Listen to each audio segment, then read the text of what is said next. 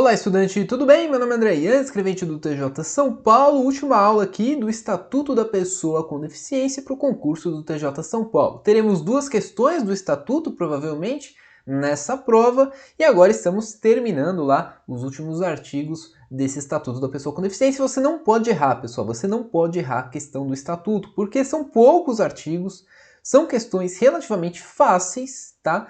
E tem questões muito mais difíceis na prova, por exemplo, de informática, atualidades, aí se você não for tão bom em matemática, por exemplo. Então, não deixe para errar a questão do estatuto, pessoal. Por favor, não é para errar. Assista todas essas aulas aqui, caso você não tenha assistido ainda, tá? Assista todas na ordem. Eu faço sempre revisões das aulas, então faz sentido assistir na ordem, porque aí você vai ver eu repetir algumas informações e aí você não vai esquecer, tá? Então vamos já direto aqui para a última aula, fazendo sempre a revisão das aulas anteriores primeiro, tá bom, pessoal? Começando então, lá pela primeira aula que a gente viu, a definição de pessoa com deficiência. É a pessoa que tem impedimento de longo prazo, de natureza física, mental, intelectual e sensorial, gerando uma obstrução, tá bom? A avaliação biopsicossocial será realizada por uma equipe multidisciplinar, por uma equipe multiprofissional, até eu confundo isso daí, pessoal, por uma equipe multiprofissional e interdisciplinar, tá? Não é multidisciplinar, é multiprofissional e interdisciplinar. Não esquece, tá bom? E essa equipe vai avaliar o quê? Os impedimentos nas funções e estruturas do corpo, os fatores socioambientais, psicológicos e pessoais, avaliar também as limitações no desempenho das atividades e também as restrições da participação da pessoa com deficiência. Deficiências ocultas é caracterizado pela pessoa com deficiência que usa um cordão de fita com girassóis. Tem os desenhos de girassóis na fita, na verdade, né? Não é obrigatório, é facultado, tá?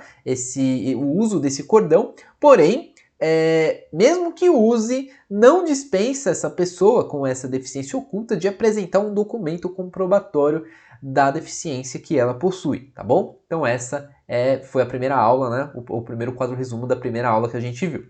Depois a gente viu algumas definições como acessibilidade. O que é acessibilidade, pessoal? É a possibilidade e a condição de alcance da pessoa com deficiência. Então, acessibilidade é fornecer à pessoa com deficiência a possibilidade e a condição de alcance.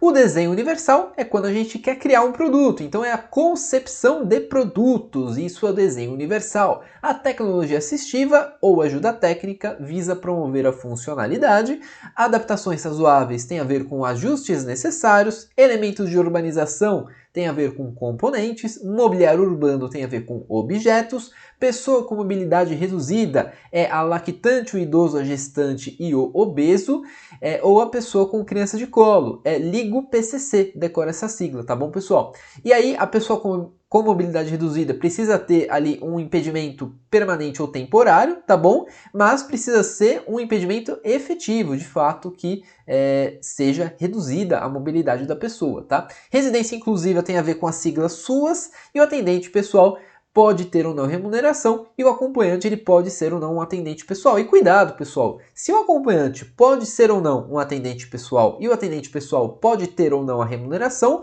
um acompanhante é tipo raciocínio lógico, né? Ele pode ter ou não remuneração também, tá? É o que faz sentido aí, então toma cuidado se isso aparecer em prova.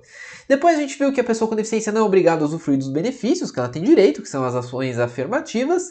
Os especialmente vulneráveis é da sigla CAMI, que é a criança, o adolescente, a mulher e o idoso, desde que tenham deficiência, tudo bem? Esterilização compulsória é vedada. Comunicar é um dever de todos, assegurar é um dever do Estado, da sociedade e da família e remeter peças ao Ministério Público são os juízes e tribunais que têm essa incumbência. O atendimento prioritário é extensível ao acompanhante e ao atendente pessoal, exceto no recebimento da restituição do imposto de renda e também na tramitação processual. Os serviços de emergência, eles têm a prioridade de acordo com os protocolos de atendimento médico. Garantir a dignidade é o poder público que precisa fazer isso, e a pessoa com deficiência é considerada vulnerável nos casos de risco, emergência ou calamidade pública. O consentimento, no caso de curatela, deve tentar ter o consentimento da pessoa com deficiência no maior grau possível, tá? Enquanto for possível, precisa tentar ter o consentimento dela, mas ele pode ser suprido na forma da lei. Não há o consentimento da pessoa com deficiência em qual caso, pessoal? No caso de risco de morte ou alguma outra emergência de saúde, tá? Então isso é mais uma aula, mais um quadro resumo que a gente viu.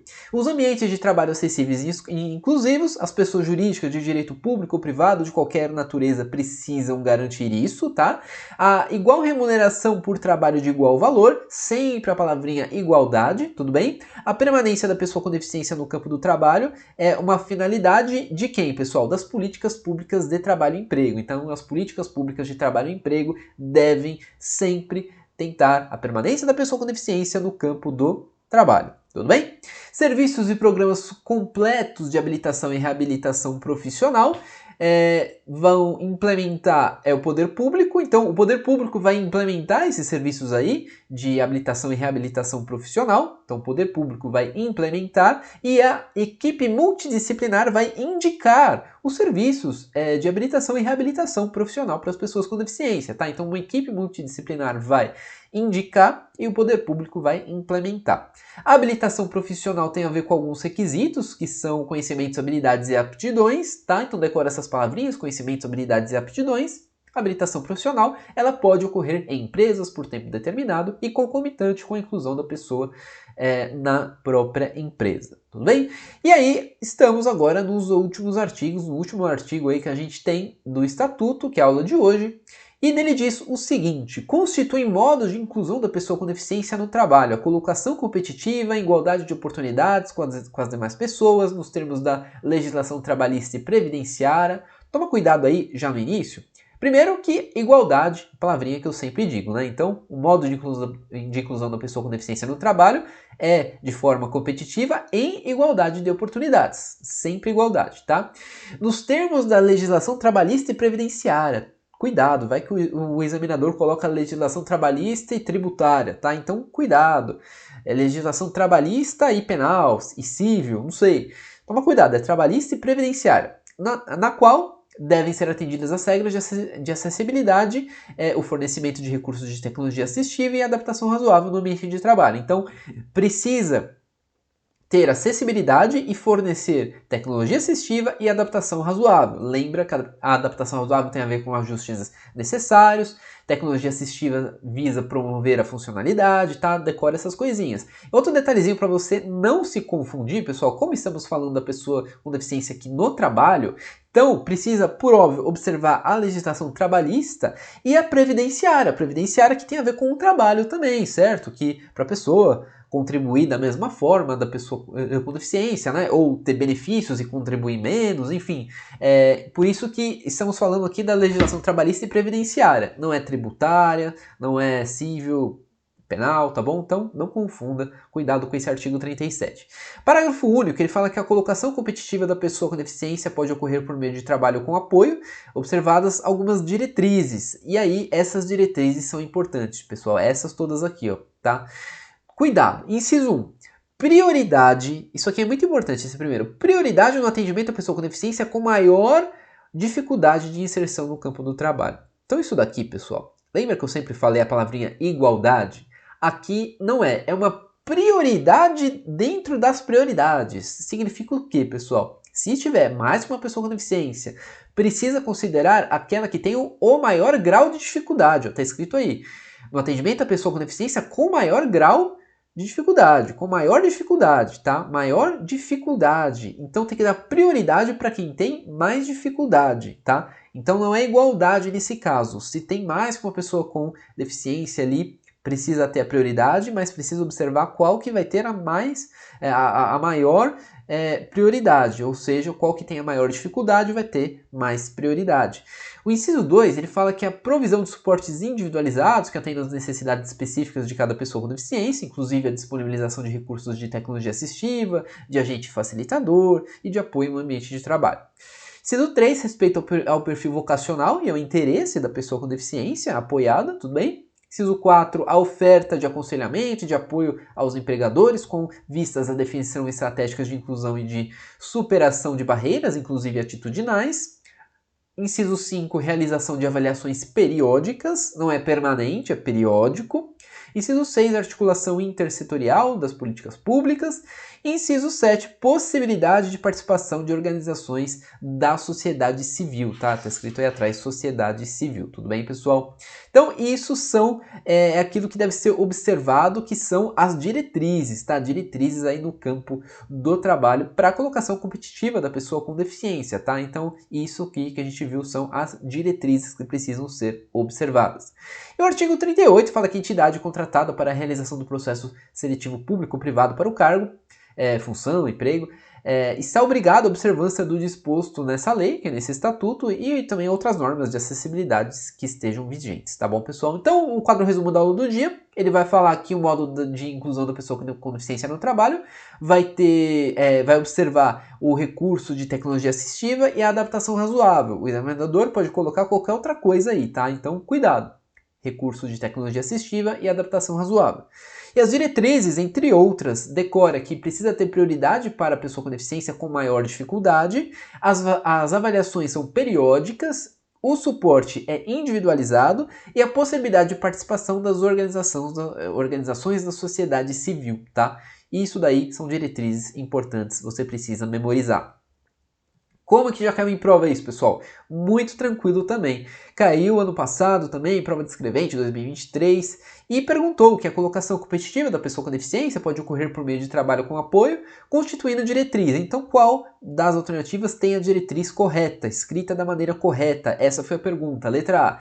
Igualdade no atendimento à pessoa considerada deficiente, ainda que os graus de deficiência sejam distintos. Cuidado, pessoal, cuidado, muito cuidado com isso. Eu falei muito na palavra igualdade, você pode ler ela aí e falar igualdade no atendimento, tá certo? Não, pessoal. É igualdade da pessoa com deficiência da colocação no campo do trabalho, igualdade de oportunidades. Isso daí é outra coisa, tá falando de uma diretriz. Então, se existem graus de deficiência distintos, que é o que está falando a alternativa, não é igualdade. Precisa dar prioridade para aquela que tiver o maior grau, a maior dificuldade, tá? Então, letra A tá errado, porque não é igualdade, é prioridade no atendimento à pessoa considerada deficiente, que tenham graus distintos, tá? Se tivesse escrito assim, estaria correta, não é igualdade, é prioridade, tá? Por isso, letra A está errado, cuidado.